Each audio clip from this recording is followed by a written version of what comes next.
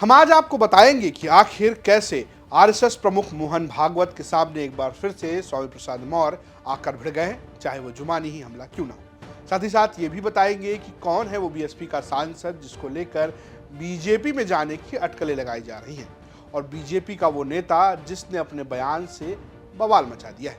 नमस्कार, आप देख रहे हैं आज का यूपी और मैं हूं रजत सिंह।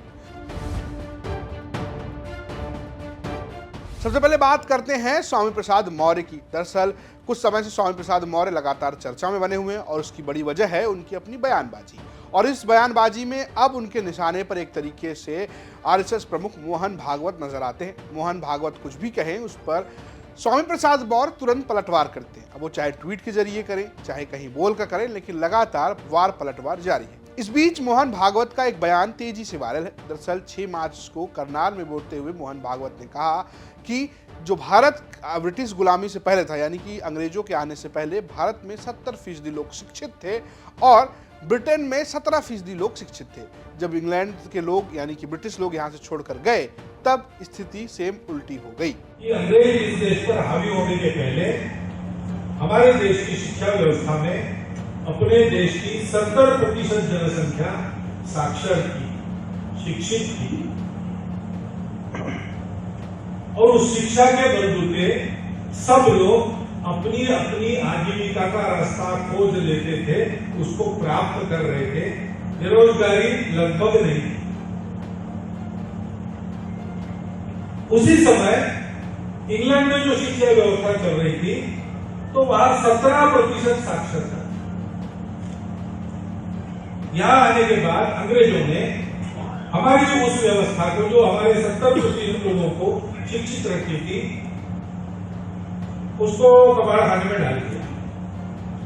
कबाड़खाने में डाला नहीं, वो यहां से ले गए अपने देश में उसको लागू किया और उनकी शिक्षा पद्धति को यहां लाया तो 17% हम साक्षर बन गए, 70% वो साक्षर।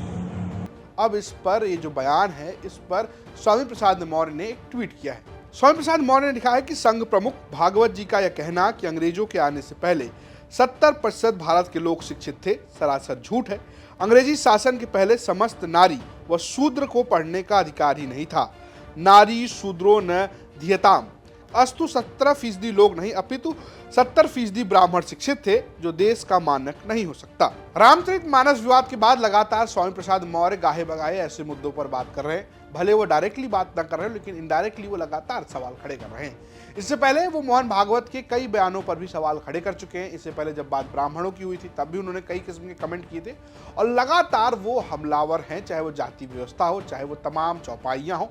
ऐसे में अब जो उनका जो तेवर है वो इसी बहाने नजर आ रहा है। देखने वाली बात यह है कि लड़ाई कब तक थमेगी, क्योंकि ये कहा जा रहा है कि अखिलेश यादव ने यानी कि समाजवादी पार्टी ने फैसला लिया है कि अब इस मुद्दे पर ज़्यादा बातचीत नहीं की जाएगी। हालांकि खुद अखिलेश यादव ने विधानसभा में काफ़ी जमकर बातचीत की थी, इस मुद्दे पर खूब बोला था, लेकिन ऐसे में क्या स्वामी प्रसाद मौर्य के तेवर हल्के पड़ेंगे, ये देखने वाली बात है। लेकिन फिलहाल ऐसा होता हुआ नजर नहीं आ रहा है। अब आते हैं दिन की दूसरी खबर पर। दिन की दूसरी खबर है बसपा के एक सांसद थे। वो सांसद जो राहुल गांधी की यात्रा में जाने के बाद चर्चा में आए थे। जी हाँ, हम बात करें जौनपुर से बसपा के सांसद श्याम सिंह यादव की। दरअसल उनकी एक तस्वीर आई है। उस तस्वीर में वो योगी आदित्यनाथ के साथ नजर आ रहे हैं। जरा आप देखिए कैसे वो एक गमछा देते हुए नजर आ रहे हैं। गमछा उस इलाके का एक पोशाक है जो आप कभी ना कभी देखते होंगे। वैसा ही एक गमछा वो योगी आदित्यनाथ को देते हुए नजर आ रहे हैं। इसके बाद चर्चा बहुत तेज हो गई। क्या जो बसपा के सांसद हैं उनकी बीजेपी में नज़दीकियां बढ़ रही हैं, क्या वो बीजेपी में चले जाएंगे? ये तमाम सवाल खड़े हो रहे हैं। बसपा के पास अभी कई चुनौतियां हैं, क्योंकि उनके कई सांसद पहले से इस तरीके के तेवर दिखाते रहे हैं।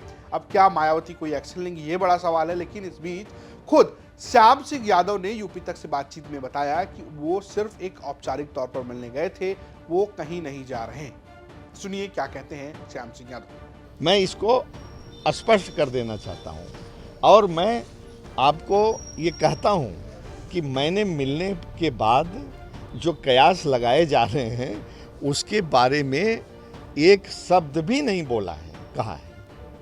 ये किसी काम के लिए विशुद्ध रूप से एक औपचारिक मुलाकात थी, कर्टसी मुलाकात थी। तो सुना आपने श्याम सिंह यादव, वो ये कह रहे हैं कि उनकी ये मुलाकात, ये औपचारिक मुलाकात थी, पहले भी होती रही, लेकिन इससे पहले जिस तरीके से उन्होंने नितिन गडकरी की तारीफ की थी और उनके तमाम बयान, और अब ये तस्वीर सामने आ रही है, ऐसे में चर्चा तेज है कि क्या वो चुनाव से पहले पाला पलटने की कोशिश में है। अब आते हैं दिन की तीसरी खबर पर। यह खबर एक तरीके से कहिए कि चर्चाओं में एक बड़ी चर्चा है।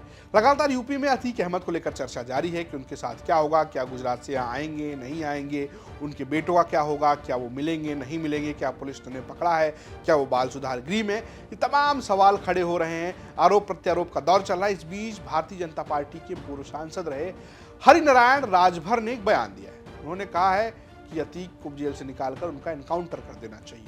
हमें यह कहना है कि अतीक अहमद को के 2 शूटरों को हत्या हुआ, उसके लड़कों का भी हत्या होनी चाहिए, अरे काउंटर होनी चाहिए। अतीक अहमद को अभी पहले ही जेल से निकाल करके उसका काउंटर कर देना चाहिए। सुना आपने भारतीय जनता पार्टी के राजभर नेता का बयान। अब ऐसे बयान आपको लगातार सुनने को मिल रहे हैं, लगातार इस तरीके की बयानबाजी की रही, गाड़ी है तो पलटेगी। कई भारतीय जनता पार्टी के नेता ऐसी बयानबाजी कर रहे हैं।